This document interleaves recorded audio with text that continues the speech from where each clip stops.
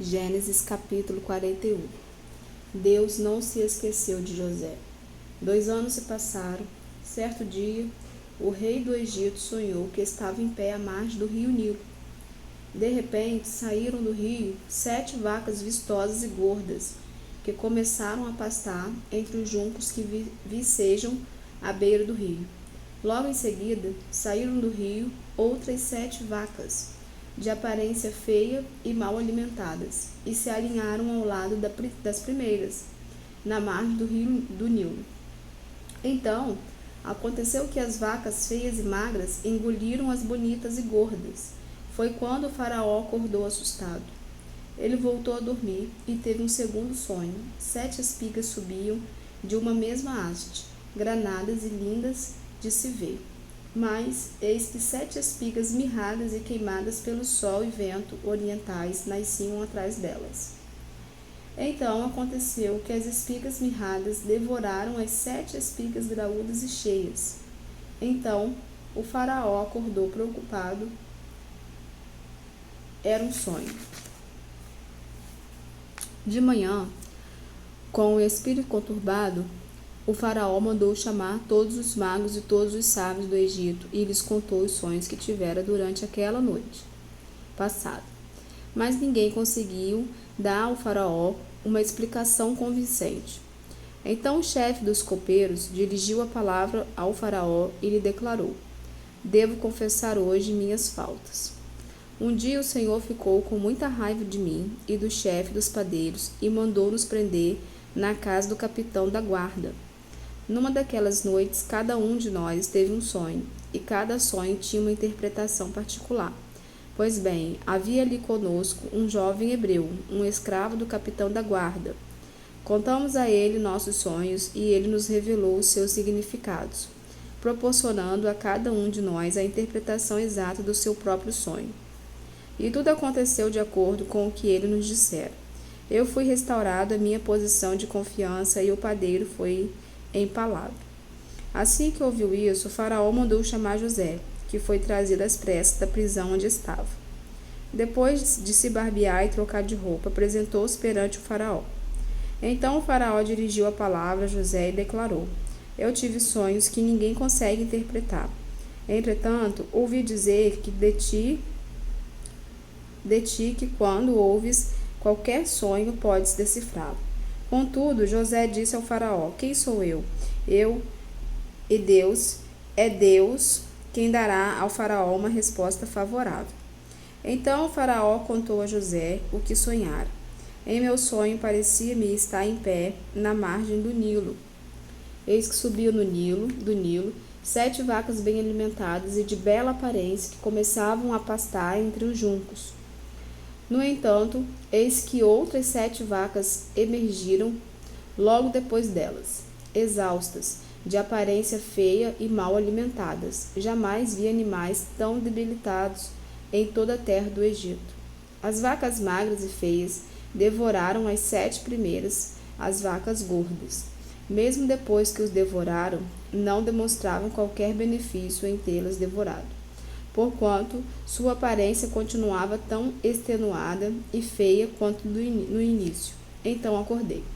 Mais tarde voltei a sonhar e vi 7 espigas de cereal, cheias e saudáveis, que cresciam no mesmo pé.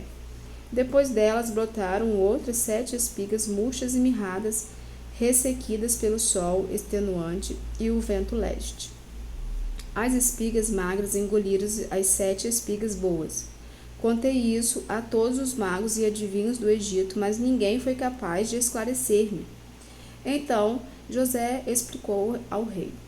Em verdade, o faraó teve um único sonho, pois ambos têm o mesmo sentido.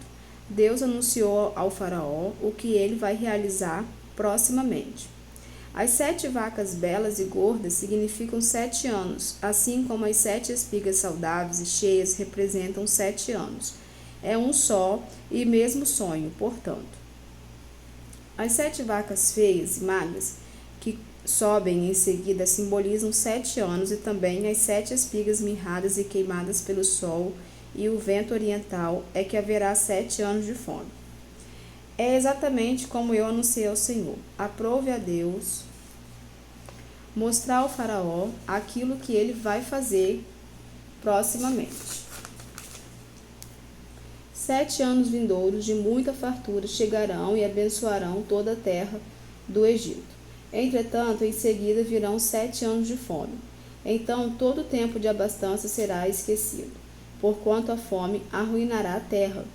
A fome que se abaterá depois dos bons anos será tão severa que o tempo de abundância não será mais lembrado sobre a terra.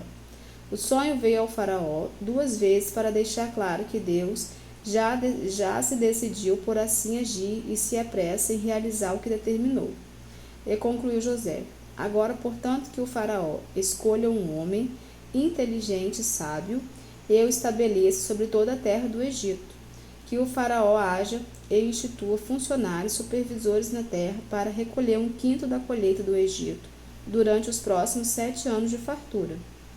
Eles deverão reunir todos os víveres que puderem desses bons anos que virão e acumular estoques de trigo que, sob o controle do faraó, serão armazenados nas cidades. Esse estoque servirá de reserva especial para os 7 anos de fome que se abaterão sobre o Egito, a fim de que a terra não seja aniquilada e o povo não morra de fome. José é feito governador do Egito. A palavra e o plano de José agradaram ao faraó e a todos os seus sábios e conselheiros. E, portanto, o faraó proclamou diante de sua corte oficiais: encontraremos um homem como este, em que esteja o Espírito de Deus. Encontraremos um homem como este, em que esteja o Espírito de Deus? Então o faraó declarou a José: visto que Deus te fez saber tudo isso, não há ninguém tão perspicaz e sábio como tu em nossas terras. Tu serás o administrador do meu palácio e todo o meu povo se conformará às tuas ordens. Só no trono te procederei. O faraó disse mais a José: vê, eu te estabeleço sobre toda a terra do Egito. E o faraó tirou do dedo seu anel selo e o colocou no dedo de José. Mandou que o vestissem com linho fino e colocou uma corrente de ouro fino em volta de seu pescoço. Também o convidou a subir em sua segunda carruagem real, tendo à frente os arautos do império que iam bradando: Abreque, inclinai-vos. Assim José foi empossado no comando de toda a terra do Egito. E acrescentou ainda o faraó: eu sou o faraó, mas sem tua permissão ninguém erguerá a mão ou pé para dar um passo em toda a terra do Egito. E o faraó impôs a José o nome de Zafenate-Panei. E lhe deu por mulher a Zenate, filha de Potífera, sacerdote de On, cidade do sol. Depois José saiu a inspecionar toda a terra do Egito. José tinha 30 anos, quando se apresentou diante do faraó, rei do Egito, e José deixou a presença do faraó e percorreu toda a terra do Egito.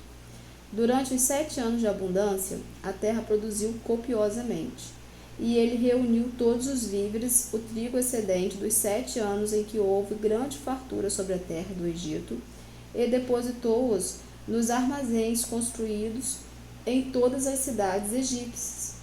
Em cada cidade, ele armazenava os cereais recolhidos nas lavouras das redondezas. Foi dessa maneira que José estocou tanto mantimento que desistiu de ficar pesando e contabilizando as cifras. As quantidades iam além de toda medida, parecia a areia das praias do mar. Os filhos de José. Antes de começar os anos de fome, Azenate, filha de Potífera, sacerdote de On, deu a José 2 filhos. Ao primeiro José deu o nome de Manassés, esclarecendo: Deus me fez esquecer meus dias difíceis e toda a família de meu pai. Quanto ao segundo filho, ele o chamou de Efraim, justificando: Deus me fez próspero na terra dos meus sofrimentos. Então chegaram ao fim os 7 anos de abundância que houve na terra do Egito. E como José havia predito, começaram a vir os 7 anos de fome. Havia carestia e fome em todas as terras vizinhas, mas em todo o Egito havia o que comer. Contudo, quando os egípcios também começaram a passar fome, foram reclamar alimentos com o rei.